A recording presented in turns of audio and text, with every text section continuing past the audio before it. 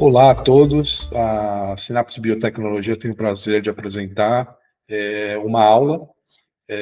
Meu nome é Pedro Paulo Gattai Gomes, eu sou assessor científico da Synapse Biotecnologia e hoje a gente vai ver uma aula sobre a importância do single cell para a ciência.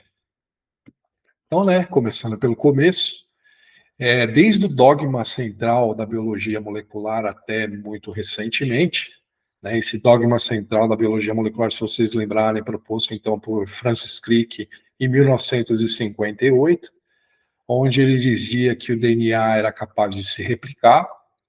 Além disso, esse DNA ele conseguia se transcrever numa fita simples de RNA, numa fita única de RNA, certo? Esse RNA também era capaz de se replicar. Uma vez transcrito o DNA para o RNA, esse RNA seria traduzido então em proteína. Além disso, o RNA ainda era capaz de fazer uma transcrição reversa, com a utilização de transcriptases reversas, e formar uma molécula de DNA a partir do RNA. Então, desde esse dogma, desde a proposição desse dogma por Francis Crick, foi-se estudado, foi-se realizado experimentos em biologia molecular para se analisar e estimar a expressão gênica de uma maneira que não é muito adequada, que foi se observado mais para frente, que não era um formato muito adequado. Por quê?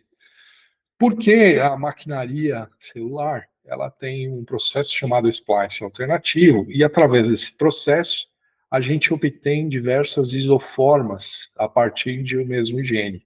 Então, um transcrito do RNA, ele vai sofrer esse splice alternativo e vai formar, então, não só uma única proteína, mas sim diversas isoformas, diversas formas dessa mesma proteína que surgiu a partir desse mesmo gene.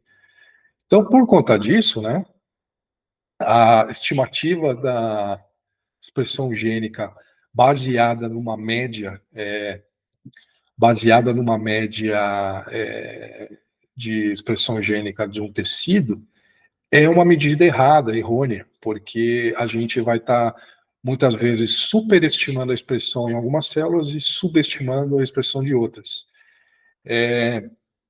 Então, foi-se observado que, mesmo para uma pequena população de células, a expressão gênica ela difere muito.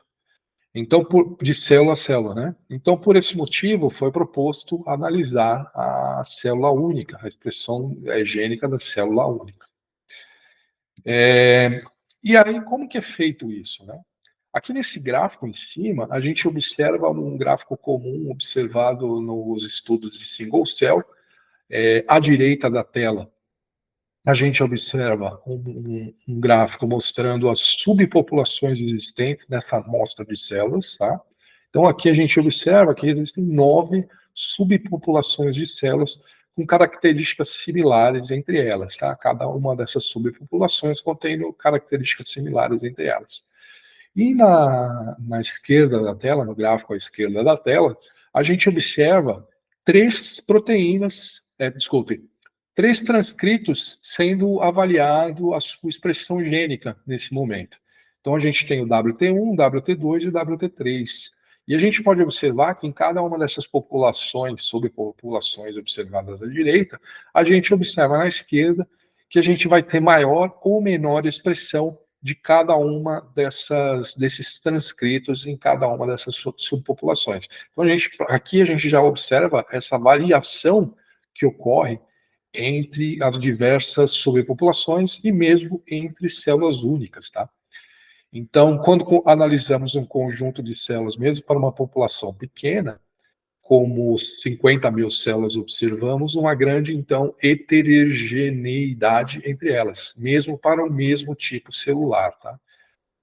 Existe um tipo de sequenciamento que é chamado Single Cell Attack Cell, da sigla SC-ATAC-seq, que dá um panorama dessas diferenças na expressão de genes que se está analisando. E é exatamente esse tipo de sequenciamento que apresenta esse tipo de gráfico apresentado aqui no slide.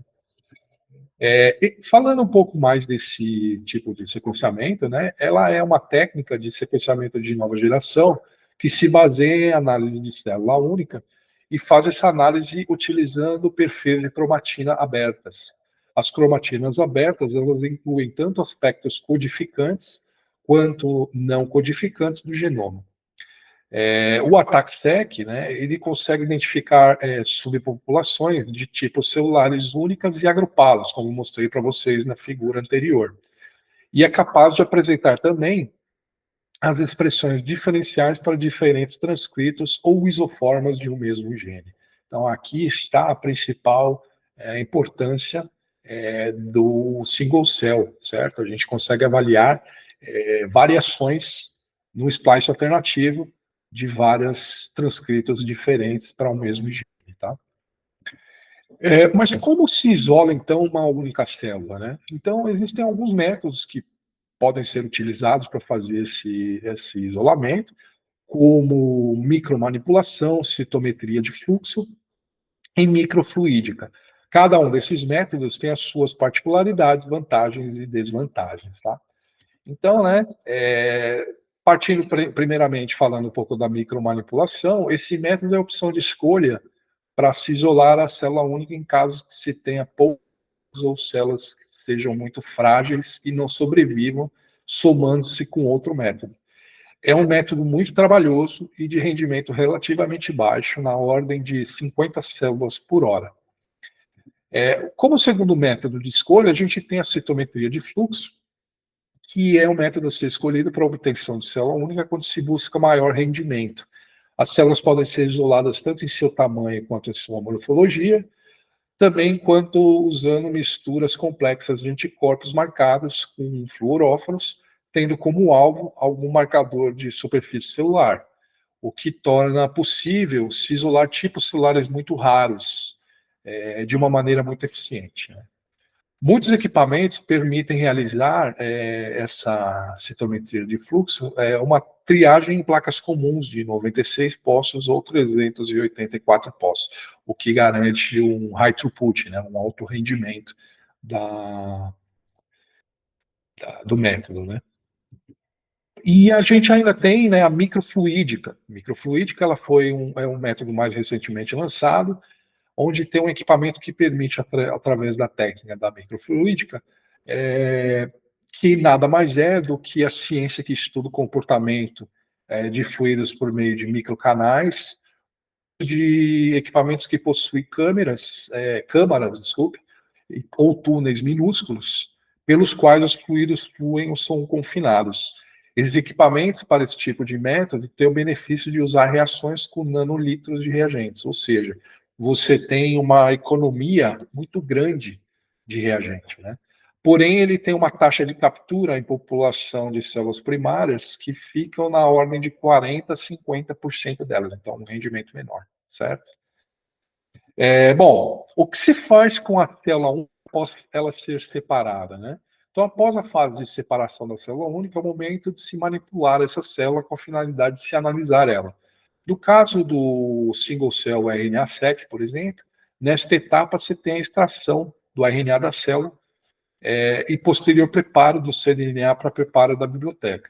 Só depois de se analisar a qualidade dessa biblioteca preparada, a partir desse cDNA, preparado com RNA extraído da célula, é que o single cell RNA-seq é realizado. Nesse sentido, nós da Synapse Biotecnologia temos uma parceria comercial com a Takara Bio, que é uma empresa fabricante de produtos voltados para sequenciamento de single cell também, e temos diversas soluções para esse tipo de sequenciamento, ok? Um desses produtos é um produto que faz a preparação de biblioteca usando o que é chamado de UMI. O que significa UMI? O UMI é identificador de molécula única, que são identificadores que conseguem mostrar para o pesquisador quando uma replicata, né, é uma amostra diferente da original, ou quando é simplesmente um artefato do PCR ou uma duplicação da mesma amostra no PCR. Com isso é possível você distinguir transcritos diferentes um dos outros do que um artefato do PCR. Isso é muito importante para o single cell. Então, né, aqui eu apresento para vocês algumas de nossas marcas representadas, tá? Obrigado pela atenção e estamos à disposição. Meu e-mail está aqui no slide, a gente tem o e-mail da empresa também, e acompanhe nossas redes sociais para obter maiores informações. Obrigado e até a próxima.